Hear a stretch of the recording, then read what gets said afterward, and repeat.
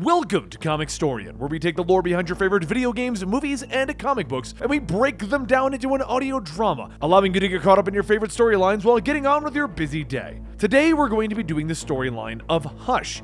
Now, for old viewers, you know how this works. Basically, we have old videos that are in a playlist and they're kind of difficult to find. Since they're older videos, we put them together into a full story, making the search just that much easier for you. And today we're going to be doing the Batman Hush storyline. Originally, this was 3 videos, now it's going to be a single video right here on the channel. Since there's a movie out called Batman Hush that doesn't follow this at all. Either way, I hope you guys enjoy today's full story.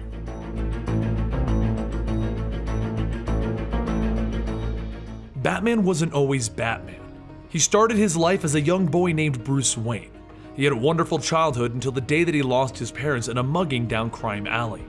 That day, he made it his life's goal to prevent any more death, by any means that he could. The family butler Alfred tried his best to raise Bruce like he was his own son, but eventually, Bruce vanished, and he trained with the greatest minds in criminology, martial arts, and the craft of detecting, only to return and try his best to clear out all crime in Gotham. But he quickly discovered that he needed to strike fear into the hearts of the villains, so he therefore set off as Batman. While this did aid him in preventing much of the crime in Gotham now, and he did have Alfred and his wards, he was lacking in one area of his life due to his choice profession. He was lacking in love. Our tale begins with Batman swinging onto the deck of a tanker. There's a young boy being held captive there, and he has 2 minutes to get in and get him out before the kidnapper returns and finds him. They've demanded $1 million in cash, but Batman is here to ensure that they don't get it. The power is quickly cut to the tanker due to the FBI trying to make their own move, but Batman cuts through the guards and finds the location of the young boy. He blows out the door to the boy's cell, and the little one looks up at him. "You're Batman!" "Yes," he tells him as he grabs him and they launch out of the holding cell. Everything is going according to plan, except that once Batman gets back to the deck of the ship, the kidnapper has caught up. Killer Croc comes running and swiping at Batman, holding the briefcase that contains the ransom. "You shouldn't have come here! This doesn't involve you!" But Batman dodges and moves faster than Croc. While he has strength and sheer power, Batman has his agility. "I was off by 11 seconds, Batman thinks to himself as he ducks underneath Croc, coming in for a bite, and then he headbutts him before kicking him back. While the two of them are facing off, a grappling hook comes in out of nowhere and grabs the briefcase that contains the money.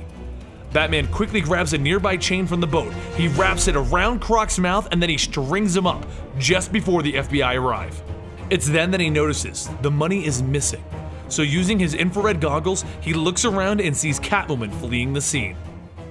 Another bat rope goes off and he begins to chase Catwoman, shouting, "Stop!" But this is a game that they've played many times before, and she looks back at him. "What took you so long?" This isn't like her, he thinks.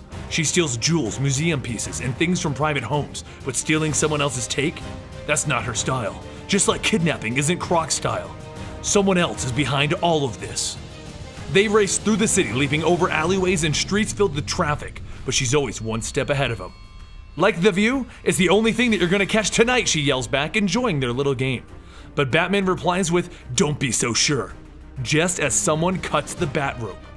He begins to fall into the alleyway beneath them, and once Catwoman realizes that he isn't chasing her anymore, she looks back asking, "Batman?" But he's busy because there's nothing to grab onto, nothing to stop his fall, and no way to prevent what's about to happen. He falls headfirst into Crime Alley. Oracle comes over the comms quickly. "Batman, are you okay?" But he doesn't reply. She realizes that this is not good, as she can see heat signatures moving towards him, so she puts out an all-points bulletin to the friends of the Bat family. And the woman that answers is the Huntress. She comes racing in on her motorcycle and she kicks the teeth out of the thugs that are there. She then uses her bow staff and slick moves, as she quickly dispatches every random thug that tries to approach Batman. She then calls into Oracle. "I'm done, everyone's down." So Oracle moves the Batmobile in, and Huntress loads him up as Oracle closes the doors and tells Huntress, "I'm sure he'll want to thank you himself." But Huntress loads up onto her bike and tells Oracle, "This is me holding my breath." High above everything, a man in a trench coat and bandaged face watches over the whole event. Meanwhile, Catwoman makes her way to Poison Ivy's garden high atop of one of Gotham's rooftops. She slowly walks in and hands her the money. That's it. Not a man or a woman can resist Poison Ivy. Ivy says with a smile as she looks back at Catwoman. She then brings the money to her mysterious benefactor. Batman is brought back to the Batcave where Alfred realizes Batman has a fractured skull. Somehow, Bruce manages to tap his finger in Morse code, and he tells Alfred the name, Thomas Elliot. The Bat family quickly stages a car crash, and Bruce is admitted to the local hospital where the world-famous surgeon Thomas Elliot arrives to perform brain surgery on our fallen knight. But the question is, who is Thomas Elliot? Well, Bruce had a life before his parents died, and one of his friends, well, really his only friend, was Thomas Elliot. He was a young boy from the Elliot family, and Bruce and him would spend hours playing games and messing with each other. Until one night, Thomas's parents were in a car crash, and it was up to Bruce's father to save them. Bruce swore to Thomas that his father was the best, and he could save both of Thomas's parents. But when he came back, he told them that he was only able to save Thomas's mother. He was furious with Bruce for lying to him, and he punched him across the jaw. Back in the modern day, Bruce recovers from his head injury, and within days of being released from the hospital, he's back on the trail of whatever was going on that night. His first stop is to go by Killer Croc's cell and see if he can get any information out of whoever hired him. But Croc says nothing, and instead, he breaks the glass around his cell. He pushes Batman aside and he makes his way to the sewer exit, yelling, "I'm gonna get out of here and get my money!" Luckily, when they brought him in, Batman had a homing device placed into his spine. So he takes off with the Batmobile to catch him, asking Oracle where the signal is moving to. But before Batman can converge on Croc's signal, someone shoots out the front left Bat tire. The Batmobile spins out of control and flips over a building, landing into an alleyway. He quickly knocks out the glass and looks around.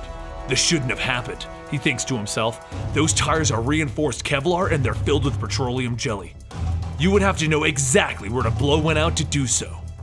Oracle begins to ask him if he's okay, but he tells her, whatever you do, don't lose Croc's signal. Croc, meanwhile, is scaling the building where Ivy's garden is located, and at the top he finds Catwoman sneaking around looking for something. Hello, kitty. He steps in with the rain pouring around him. I want my money! And then he swipes at Catwoman, forcing her to fall back. It was Poison Ivy, Catwoman tries to tell him. Wrong answer. Poison Ivy contacted me in Arkham to tell me that you had it, and you'd be here tonight.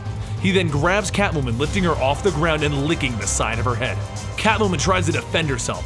We've been set up. Ivy was supposed to meet me here, and she used me to get that money. She then reels back, trying to get out of the range of Croc's mouth, and screams, I don't have the money! So he tells her that there's no reason not to kill you. But Batman's hurt enough as he throws a bat rope around Croc's mouth again, and then he launches a grappling hook into the nearby wall, throwing Croc out of the building.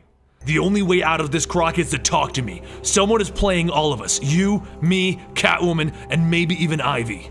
You have to trust me, Croc. So Croc looks up at him.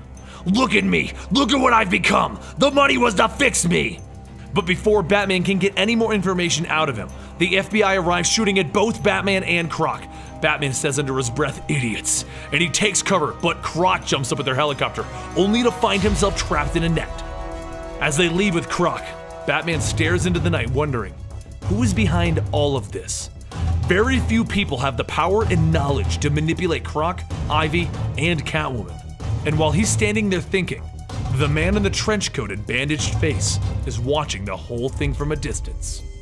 6 nights pass and Batman can't find any trace of Ivy, nor can he find anything on Croc. He thinks to himself that he will find it eventually. But Catwoman then arrives and tells Batman, I found Ivy, she's in Metropolis, and I want to go there with you. He stands there silently. So she leans in, and she places her hands on his chest. Listen, you saved me. You have more than once throughout the years, and I don't think I've ever properly thanked you. But Batman stands his ground. Don't. So she leans in for the kiss. Aren't you curious at all? Batman grabs her by the shoulders and holds her close, as they kiss by the moonlight. At long last, Batman feels the love that he's been missing in his life, and it's with the woman that he was probably always meant to be with. Catwoman pulls back, preparing to leave. Play your cards right and there will be more of that. But Batman grabs her shoulder. Hey now, I'm not one of your toy wonders. But he instead hands her a ring. Is this a promise ring or something? Press it when you find Ivy if you find her before me. I'll see you in Metropolis. The next day, Bruce Wayne flies into Metropolis. There isn't much use for Batman in that city, But Bruce Wayne owns the Daily Planet. Why can't he come by for a visit? At the airport, Thomas Elliot sees his old friend and he calls out to him, "Bruce!" And they share a car together while Thomas asks Bruce how he's holding up from the surgery. Bruce thanks him and tells him how grateful he really is for saving him. But Thomas tells him that he doesn't care about that. He wants to make sure that Bruce is taking care of himself. "You aren't Superman, you know." He then gets off at the Daily Planet to say hello to his favorite reporter, Lois Lane, before heading off to see the current CEO of LexCorp, Talia al Ghul. He asks her to find him whoever is dealing with a chemical known as ethylene. And she agrees, but she also comments on how different he seems, and she isn't sure she likes it. But their meeting is cut short by Catwoman buzzing his bat belt. She's found Ivy. Catwoman called Batman to the top of a moving train where she comments on the Chanel 5 odor that Batman has on him. "I wanted you to know why I wanted to see Poison Ivy before you. She took control of my mind and made me do things that I may have been prone to, but it wasn't my decision to do those things for her. She violated me, and no one treats me like that, understood?" Batman agrees with his silence because he doesn't know what to say or do. He kissed her. He kissed Catwoman. At her greenhouse, Catwoman tries to pretend that she's under Ivy's spell still, but Ivy doesn't fall for it, and they begin to fight it out. Catwoman gains the upper hand only to have Ivy's vines wrap around her throat and begin to strangle her. Batman decides to step in at that moment with a batarang, setting Catwoman free, and Ivy sees him. "You brought your champion, I see. Well, so did I." The entire building begins to lift off the ground, and just before the entire thing is thrown into the harbor, Batman sees him. "No, not here, not now, not him!" As Batman runs over to check on Catwoman, Superman is floating overhead. "What hit us?" Catwoman asks, and Batman replies with, "He did." "Tell me you have a plan," she asks, worried. "I know him, I do. I know what his next move will be," Batman thinks to himself. "But he doesn't know what mine is." So Batman grabs Catwoman and leaps into the harbor as Superman fires his heat vision, destroying everything around the area. Batman throws a mouthpiece onto both Catwoman and himself, but he sees her struggling. Cats and water don't mix, but she'll have to trust him. They make their way to the lead-lined sewers of Metropolis that LexCorp had installed, and they begin to run down them. "We can't outrun him! He's faster than a... well, you know," Catwoman says as they push themselves. But they aren't running. Batman stops right where he wants to, and he pulls out the kryptonite ring, and then he turns to Catwoman. "You know your part. Grab any 3 of them." "It'll be the gal," Catwoman tells him. "I know his type, and it'll get the best reaction." She then jumps on him and kisses him. "Why did you?" "Because later tonight, you might not be able to do that." And on that note, she turns to run as they hear somebody punching down the walls. "That's my cue," Catwoman yells as she runs away. Crash! The wall behind Batman comes down as Superman has arrived. In response to his arrival, Batman uses everything he has to haymaker Superman with the ring. He then continues to lay it on thick. Over and over, he punches Superman in the head. "Listen to me, I've opened the gas main, so if you create a spark with your heat vision, you'll destroy the entire block, and you know what building we're under." Then, before Superman can respond, Batman hits his hypersonics, forcing Superman back. And then Superman responds by freezing the gadget, and Batman blinds him with a flash grenade. He then launches a grappling hook at Superman. "It's all about timing," he thinks to himself, "and that's not easy with a man faster than a speeding, well, you know." "Clark, about that gas main, I lied." And Batman leaps out of the hole that Superman made, allowing him to punch the voltage box that Batman was blocking. As Batman gets his bearings on the street, Superman breaks through the ground. "You hurt me. This ends now." And with that, Superman grabs a car. Batman stops him. "Look up. You can save her or you can fight me. It's your choice, not Poison Ivy's." So Superman looks up to see the Daily Planet in front of him, and Catwoman holding Lois Lane over the ledge. Then, Catwoman drops her. She screams and Superman is instantly back to his former self. He rockets in to catch her as he always does. With the whole ordeal behind them, Batman and Superman head to the rooftop of the Daily Planet for a talk. "Ivy had help. I don't know who gave her the green K lipstick so that she could control you, but she didn't make that. We need to find her," Batman tells Supes, and Supes tells him, "I don't think that either of us can find her in time, but I do know someone who can, and I need a new uniform for my fortress anyway." So they get the one superhero that Poison Ivy wasn't expecting, and they use Crypto, the superdog, to track her down. Catwoman ends up knocking out Poison Ivy, and Superman looks to her. Was that really necessary? But both Catwoman and Batman tell him, yes. Catwoman gets to watch the dog while Batman and Superman have a chat. Superman tells Batman that he made the right choice by giving him the ring. because he's always the detective, and you're ever the Boy Scout. They shake hands and they part ways, but during this entire little adventure in Metropolis, one individual with a trench coat and a bandaged face has been watching.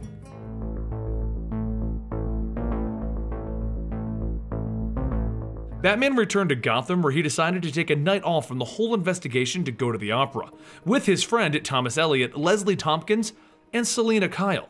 While Bruce Wayne may know that Selina is actually Catwoman, she doesn't know that Bruce Wayne is Batman, and they begin to enjoy a nice relaxing night as friends.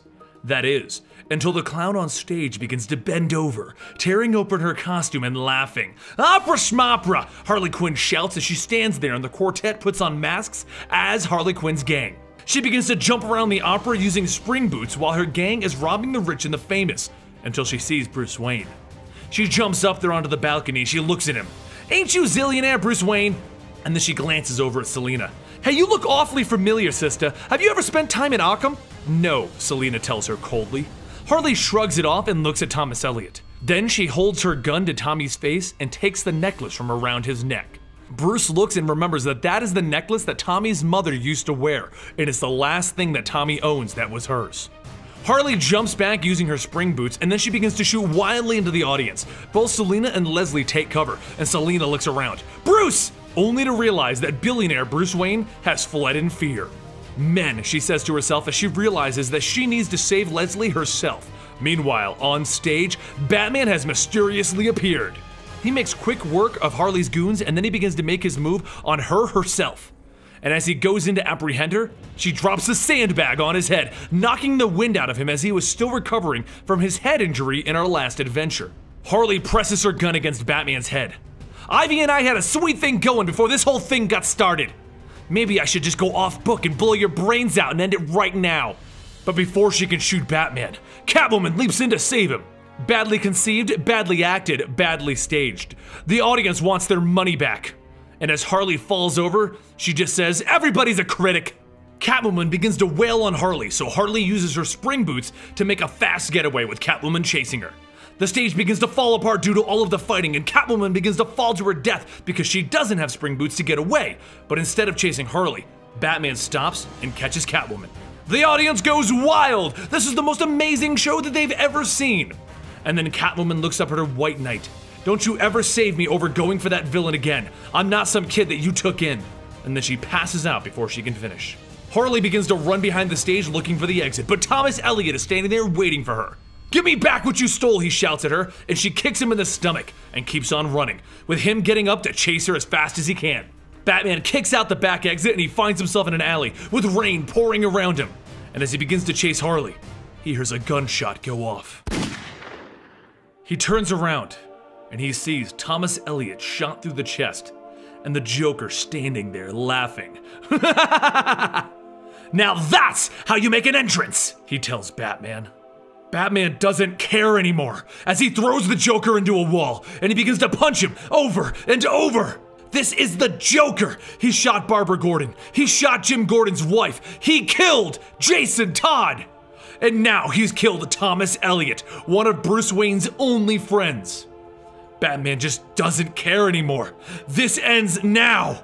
And he continues to beat on the Joker over and over, and the Joker tries his best to get it out through all the blood. "Stop! It wasn't me!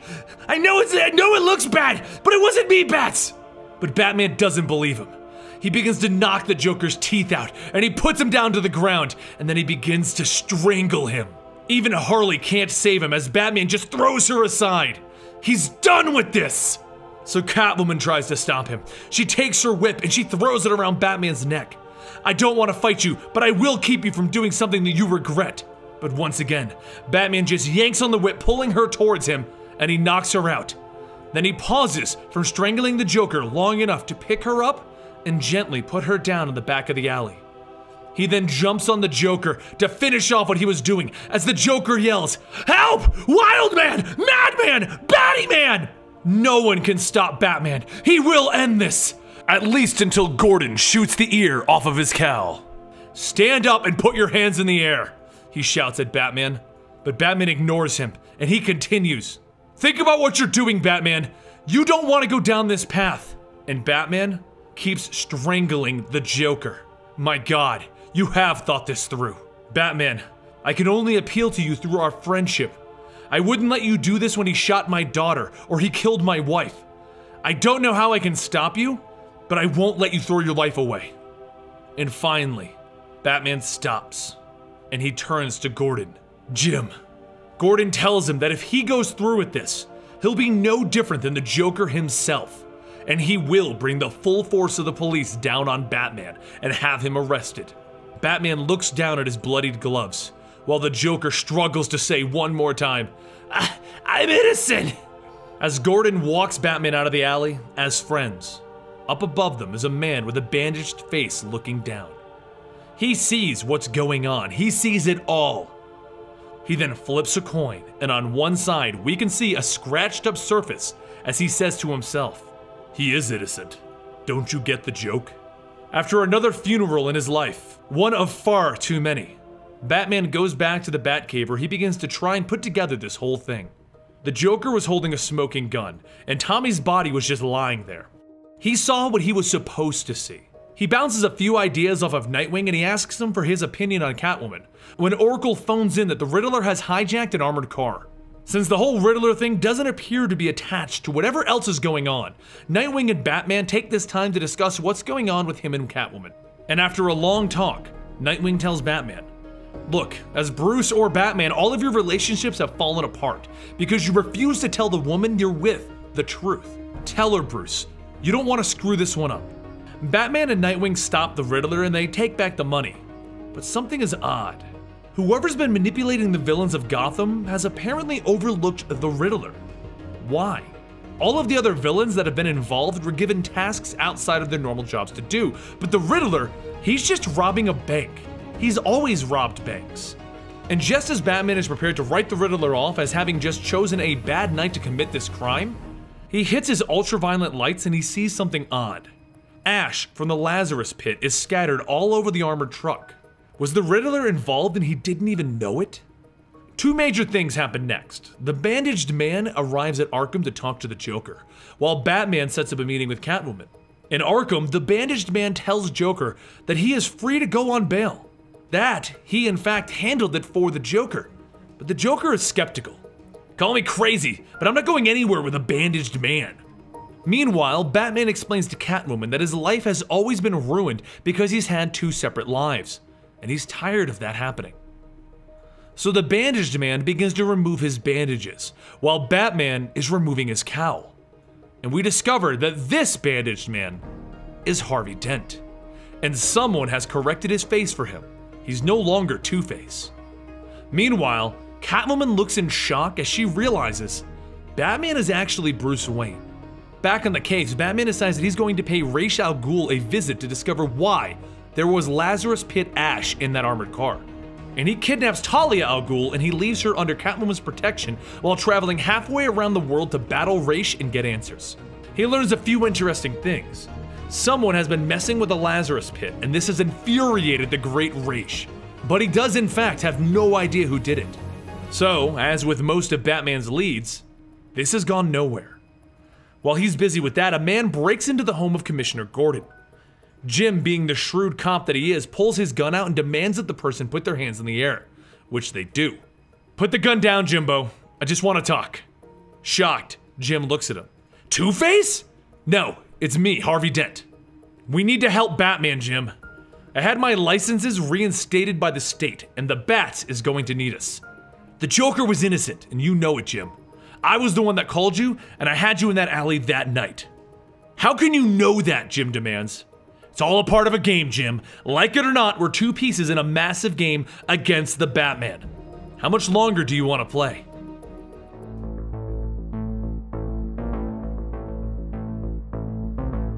Batman and Catwoman are trying to figure out what their next move is to solve this mystery when Tim Drake jumps in to fight against Catwoman. You shouldn't be here, he tells her. You must have seduced him or something. They go back and forth until Batman himself steps in and tells them, enough. You can't trust her, Batman. But Batman takes off his cowl. Bringing her here and telling her my identity was my choice. Tim Drake just looks at him. You told her? Frustrated over all of this, Catwoman walks away and takes one of the Bat bikes and rides off. And then Tim turns to Batman. You think she bought it? There's only one way to find out, Batman tells him, and they follow Catwoman.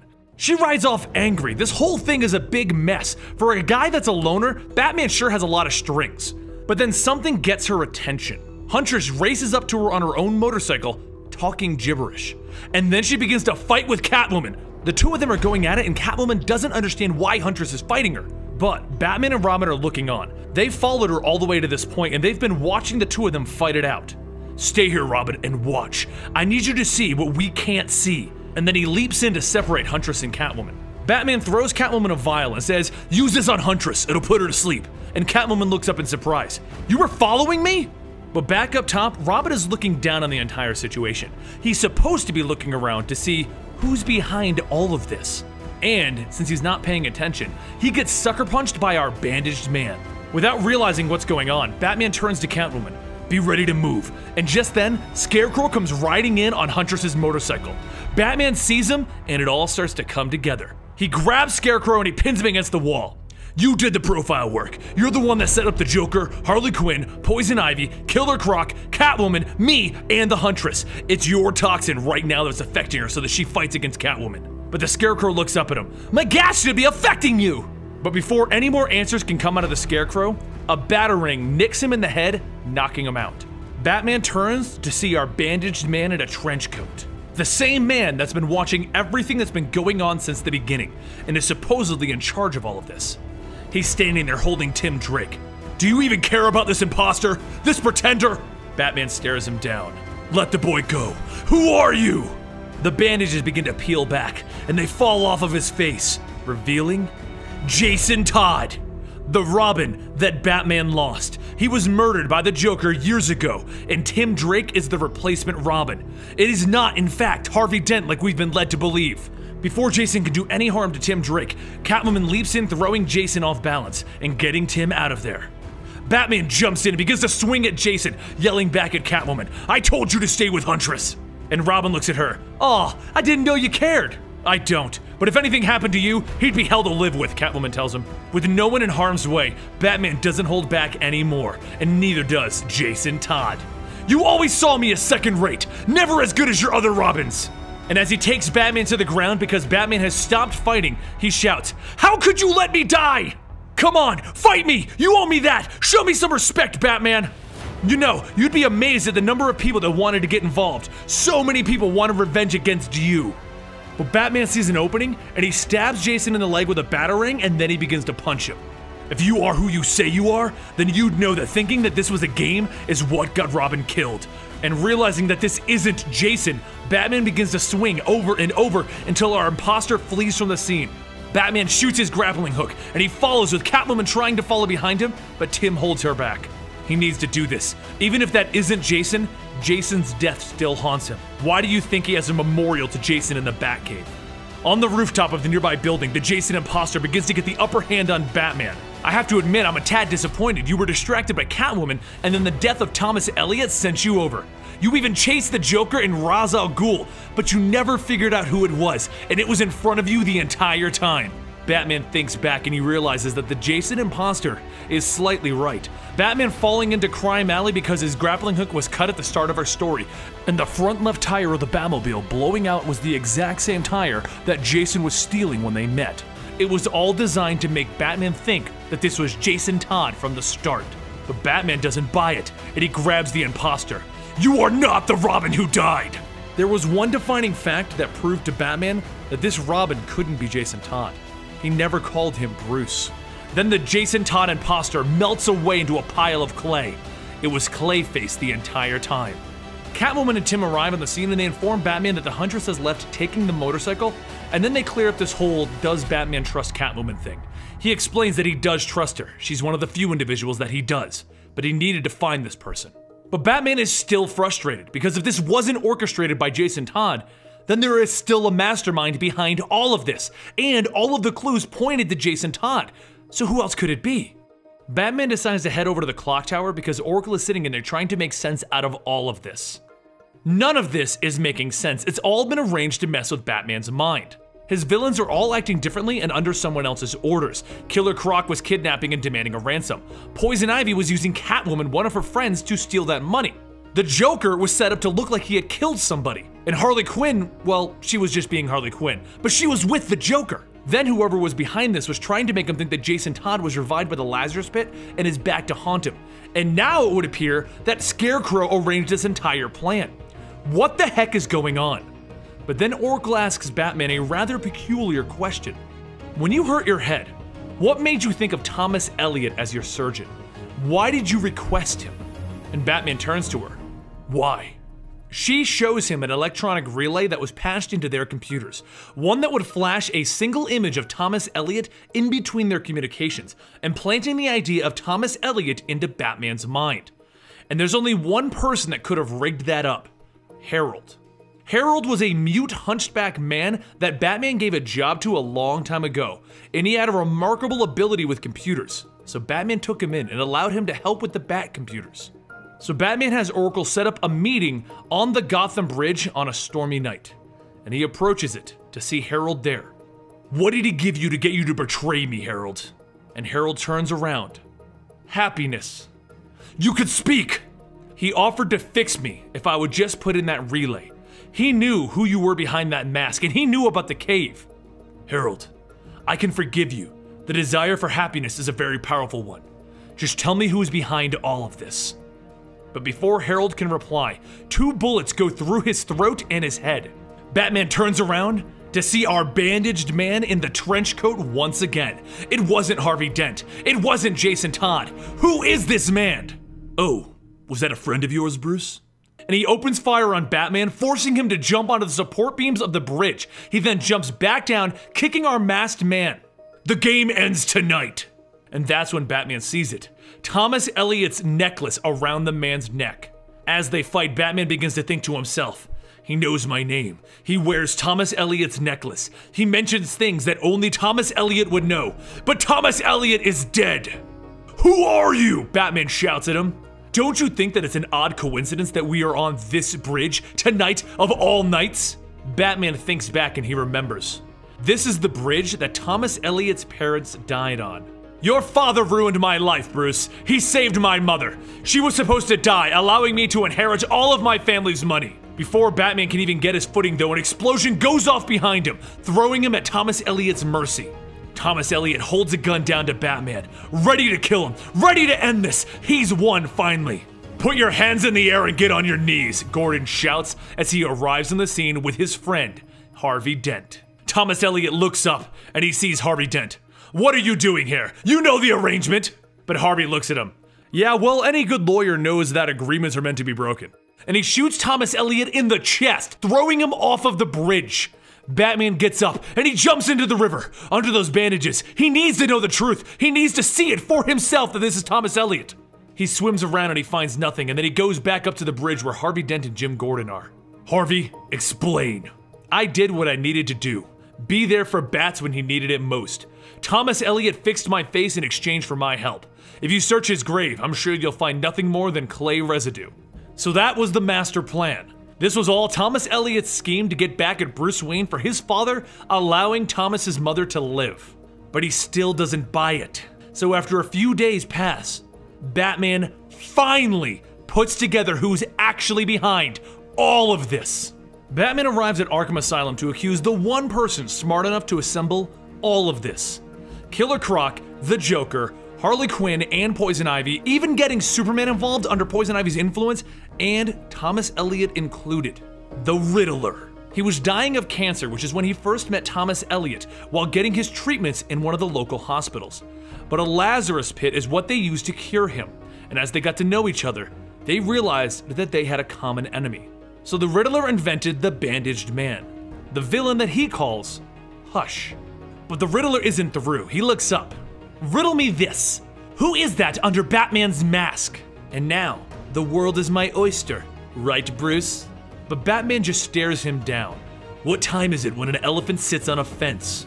Huh? Time to get a new fence. Everyone knows that one. It's worthless. And that's why I fear nothing from you.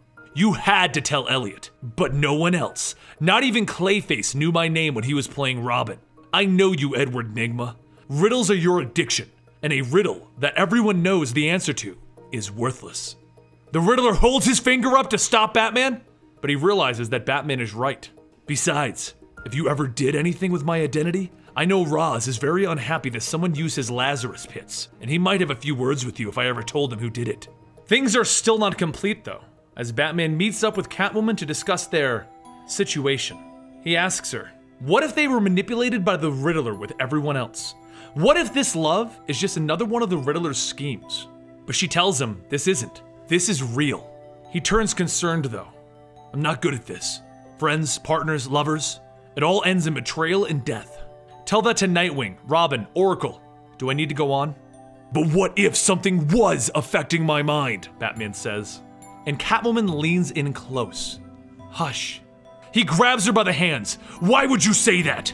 You're hurting me, Bruce, Catwoman says to him. His mind begins to race. Is she a part of this? Can't he take that chance? And she looks at him. Bruce? So it's over. Listen, I don't need to know if this started as a spell or not. Forget about being a detective for once, and remember that we are who we are. That's why this works. Maybe someday you'll come to trust that. And until then, as she leaves, Batman looks down, sad, because he can't trust anyone. And there you have it, the original Hush storyline. Now, here's the question. Did you enjoy the different version in the actual movie, or did you enjoy this one better? I'm not gonna say what changes there were. We're gonna make a video about that later, because some people may or may not have these spoilers in front of them or have seen the movie yet.